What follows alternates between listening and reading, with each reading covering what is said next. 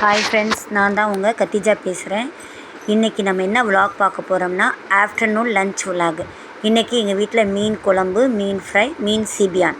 சீபியான்னா யாருக்கும் தெரியாது, பர்மாலேருந்து வந்தவங்களுக்கு கண்டிப்பாக சீபியானை பற்றி தெரியும். ஓகேங்களா? இதுதான் குறவை மீன் எங்கள் வீட்டில், ஜிலேபி மீன். அதனால் நாளைக்கு மீன் குழம்புங்கிறதுனால நான் இட்லிக்கு ஊற வச்சிட்டேன். என் பொண்ணுக்கும் எங்கள் வீட்டுக்காருக்கும் கண்டிப்பாக மீன் குழம்பு இருந்தால் இட்லி வேணும்.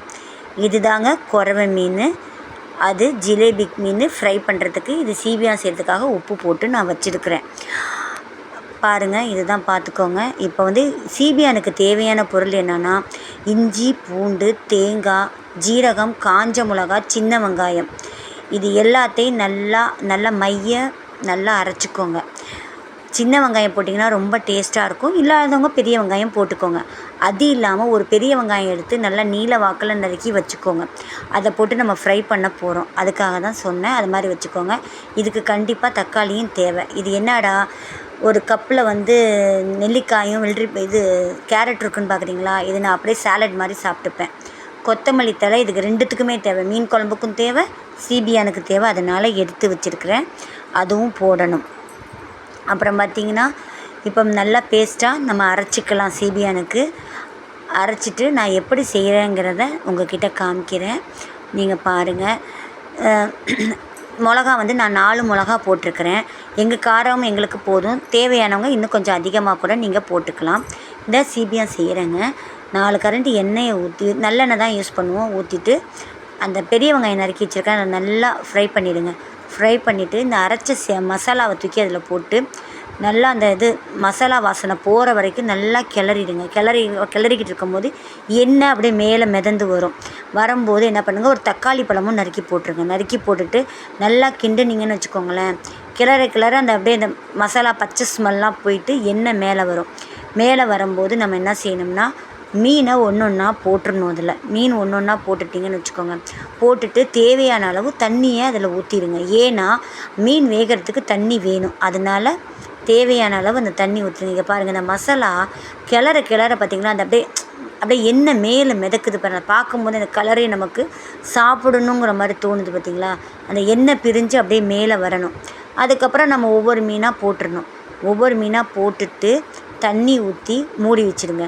நான் மீனில் முன்னாடியே உப்பு போட்டிருக்கனால கொஞ்சம் இந்த கொதிக்க விட்டுருவேன். அப்புறம் எடுத்து டேஸ்ட்டு பார்ப்பேன். ஓகேனா அதோடு விட்டுட்டு, இல்லை பத்தலைன்னா கொஞ்சம் உப்பு போட்டுப்பேன். ஏன்னா நான் இந்த மீன் நேற்று வாங்கினது. எங்கள் ஊரில் மீன் வர்றது 1 மணிக்கு தான் பிடிச்சிட்டு வருவாங்க. 1 மணிக்கு பிடிச்சிட்டு வரனால நம்ம தான் சமைச்சு முடிச்சிடுவோம்ல. அதனால் எல்லாம் க்ளீன் பண்ணிவிடுவோம். க்ளீன் பண்ணி நான் ஃப்ரிட்ஜில் எடுத்து எல்லாம் உப்பு போட்டு வச்சுட்டேன். அதனால தான் இன்றைக்கி சமைக்கிறேன். தண்ணி ஊற்றி வச்சுருவோம். எங்கள் ஊரில் காவேரி, அதாவது ஆறுகள் உள்ள பகுதியில் கண்டிப்பாக இந்த மீனுகள் நல்லா கிடைக்கும். குறவை மீன் ரொம்ப ரொம்ப நமக்கு என்ன உடம்புக்கு தெம்பு. விராலும் குறவையும் நீங்கள் சொல்லுவீங்க, விரால் மீன் தான் எல்லா இடமும் அது என்னென்னா வளர்ப்பு விரால். ஆறுகள் உள்ள பகுதியில் கிடைக்கிது பார்த்திங்களா, அது ஆற்று விரால் தான் நமக்கு ரொம்ப நல்லது. அது தெம்பு, ரொம்ப ரொம்ப தெம்பு. கண்டிப்பாக ரொம்ப எங்கள் அப்பாவுக்கும் ரொம்ப பிடிக்கும், எங்கள் வீட்டுக்காருக்கும் ரொம்ப பிடிக்கும். விரால் வேணுமான்னு கேட்டாங்க. நான் விரால் வேணாம், எனக்கு குறவை கொடுங்க இந்த ட்ரிப்புன்னு குறவை வாங்கினேன். வாசனை வர என் பிள்ளைக்கு ரொம்ப பசி எடுத்துருச்சு. என்ன செய்வீங்களோ தெரியாது, சோறை போடுங்கன்ட்டா. சரின்னு அவளுக்கு ஒரு சீபியான் போட்டு குழம்பு ஊற்றி மீனை வச்சு, அவளுக்கு மட்டும் முதல்ல ஒரு மீனை பொரித்து கொடுத்துட்டு நாங்கள் அடுத்தது மீன் பொரிக்க ஆரம்பிச்சிட்டேன். அந்த வாசனை அப்படி இருக்குங்க, வீடே கும்முன்னு வாசனை அடிக்கும்னு பார்த்துக்கோங்க. உங்களுக்காக தான் இதை காமிக்கிறேன். இதுதான் சீபியா மீன். சரியாக தெரியலன்னு கோச்சிக்காதீங்க, நான் ஒரு கையில் வச்சுக்கிட்டே செஞ்சு உங்களுக்கு காமிக்கிறேன். இது சீபியான் மீன். பாருங்கள் எவ்வளோ சூப்பராக இருக்குது. மேலே கொத்தமல்லி தழை போட்டுடணும் லாஸ்ட்டாக. பாருங்கள், பார்க்கவே இவ்வளோ நல்லா இருக்குல்ல. அப்படியே வாயில் எனக்கு இப்போ நான் உங்கள்கிட்ட பேசிகிட்டு இருக்கேன், எனக்கு வாயில் எச்சி ஊறுதுன்னா பாருங்கள், அவ்வளோ நல்லாயிருக்கும். அந்த பார்க்கவே ஆசையாக இருக்குது. நல்லா இருக்கான்னு நீங்களும் சொல்லுங்கள் கமெண்ட்டில். ஒரு தடவை செஞ்சு பாருங்கள், பிடிச்சிருந்தா கமெண்ட் பண்ணுங்கள். இந்த மெத்தடில் வச்சு செஞ்சு பாருங்களேன் எப்படி இருக்குது பார்த்திங்களா. அப்படியே கோல்டன் கலரில் ஒரு மாதிரி இருக்குல்ல, சூப்பராக இருக்குது பாருங்கள். எண்ணெயாக மிதக்குது பாருங்கள். அடுத்தது பார்த்திங்கன்னா குறவை மீன். இதாங்க குறவை மீன். குழம்பு வச்சு முடிச்சாச்சு. அது எங்கள் வீட்டுக்கார் சாப்பிடுவார்.